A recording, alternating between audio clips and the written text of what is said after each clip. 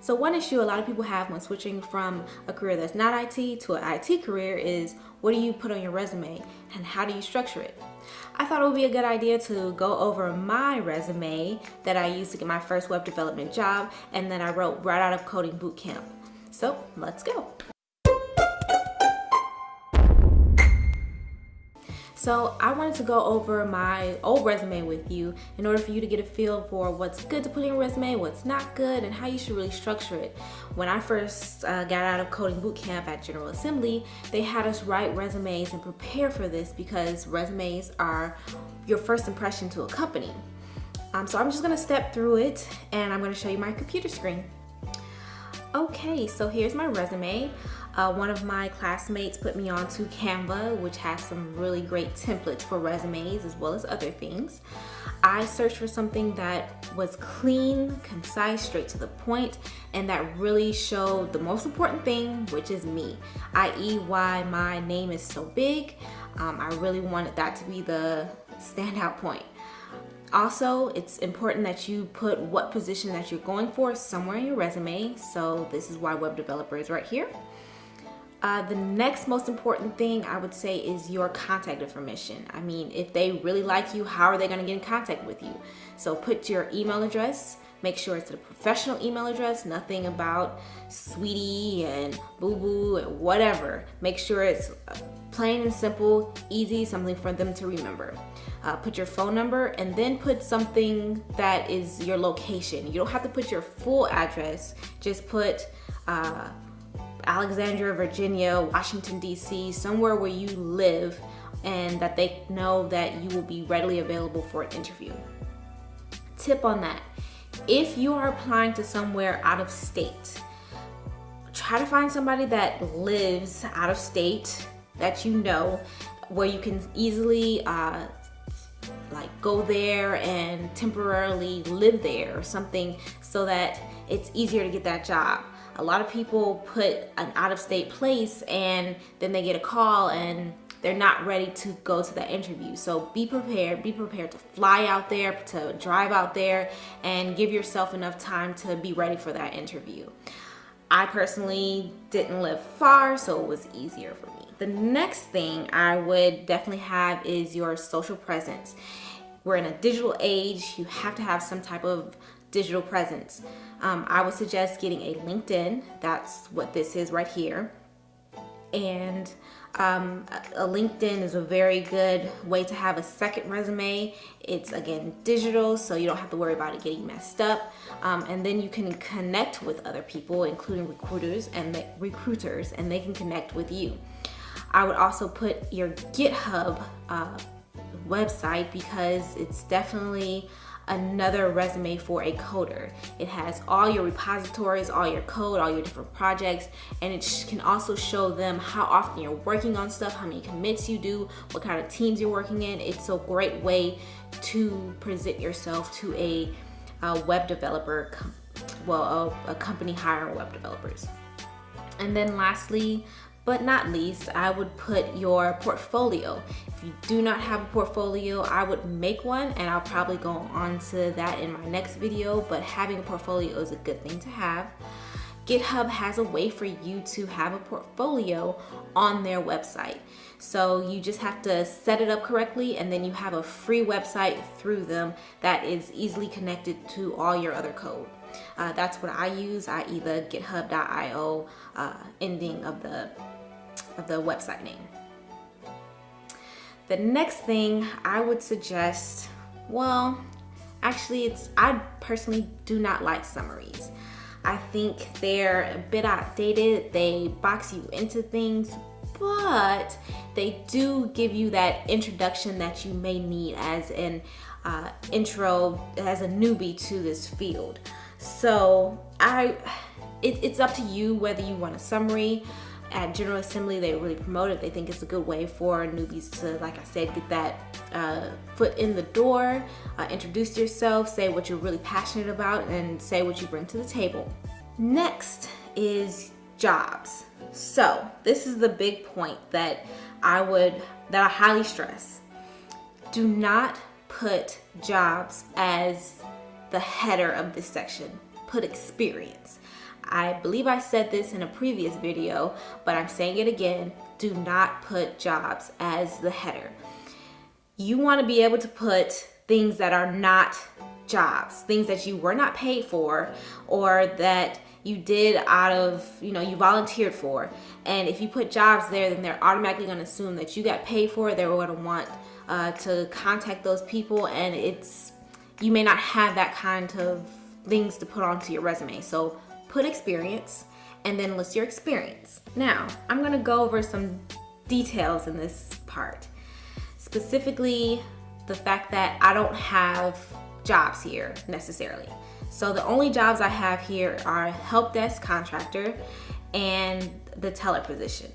Those are the previous jobs that I had before going to General Assembly. Everything else is something that I was not paid for. So all my experience at General Assembly is here. I list out all the projects I did, the things that I was most proud of, and if I did any kind of teamwork and what different technologies I used. So on one, it was just a basic memory game, but it was front end. Those are keywords you want to use: front end, back end, and you want to use different skills and technologies that you use to put that technology out there, to put that in the cosmos. The next thing, I would definitely put any conferences that you went to. So I went to Ruby for Good. That is a conference that happens in May, June, and you build an entire application from scratch for a nonprofit organization. So that showed that I cared about helping other people out. It showed that I worked well in the team. It showed that I could communicate effectively. It showed that I knew what I was doing. And so you want to put something on there that shows all of those skills, and you want to highlight yourself in those different areas. This is a great time to put things that are not related to your coding skills and show that you know what you're talking about. The next thing is I would definitely put hackathons. So hackathons can happen anywhere at any time. I would definitely go online and look up different hackathons in your area, and they also give you the opportunity to work in teams, to build projects, to get to know people, to network. Past jobs. In past jobs, I did already go over this, but I want to point out that in past jobs, you want to highlight things that are specifically related to IT, if you can. Like, say you learned the software that they used really quickly and you got awards for it. You want to show things that maybe it was hard for somebody else to learn how to pick up that technology, but you picked it up real quick. Anything related to IT. Maybe you know a lot about Outlook, you know a lot about Word. Anything related to IT, that's what you want to highlight in these areas. But it is also an opportunity to, again, highlight those soft skills that aren't necessarily directed towards IT. Next, I would definitely go into skills. I would put it somewhere down here, somewhere, anywhere really, and highlight your skills. Anything that you think is worthy to put over here, put it over here. Put that you know HTML, CSS, SAS, Bootstrap, that you know jQuery, JavaScript, any other JavaScript libraries, and make sure they're IT related. This is not a section for your soft skills. This is more for your hardcore IT skills. And then lastly, I would put your education. So a lot of people think that the education, the degree that they might have in college, if it's not related to IT, that it's not a good fit for this resume. But actually, having a college education, no matter what field it is better than not having one. And then lastly, still in the education field, go ahead and put your certifications. If you got an A+ certification or any kind of CompTIA certification, if you went to a coding boot camp, or anything that would heighten this area of education. So I just wanted to also give you 4 extra bonus tips to help you when you're applying to jobs. The first one being research the company that you're applying to. Research the company that you're applying to and tailor your resume to that company. You want to make sure that if you see values in that particular company, that you find a way to take those keywords that they use and put them somewhere in your resume. Those are the things that different technologies that scan resumes will be looking for. Those are values and keywords that HR people are going to be looking for when they scan your resume. Tip 2, whatever you put on your resume, be prepared to talk about it in an interview. So I would say, do not lie. Whatever you do, don't put things on your resume that are lies. Unless you are willing to take the time to learn a skill overnight or however much time you have before your interview. There are people who have done that. I have friends who have done that and it worked out for them. They were able to learn that skill in a day or two or however long they had before the interview, and it helped them get the job. But as far as moi, I personally recommend against it. Don't lie. Especially do not put skills or technologies on your resume that you do not want to get a job in. For instance, I had AngularJS and other things that are part of the meme stack on my resume, and I hated AngularJS. But people will ask you about that, and you'll have to be ready to do coding examples in front of them related to those technologies. And it's not good to have on there. I really needed to delete that. I really wanted to become a Ruby on Rails developer, and that's what I should have had on my resume. Tip number 3, do not undersell yourself or your skills. So if you have any skills that are related to IT, go ahead and put them on there. If you're really good with Excel and databases, put that on there. If you're really good with HTML, CSS, and different kind of design elements, put that on there. Also, like I have on my resume, put conferences and workshops that you've gone to, put hackathons that you've gone to, put all that stuff on there, and it will really highlight the things that you're good at as well.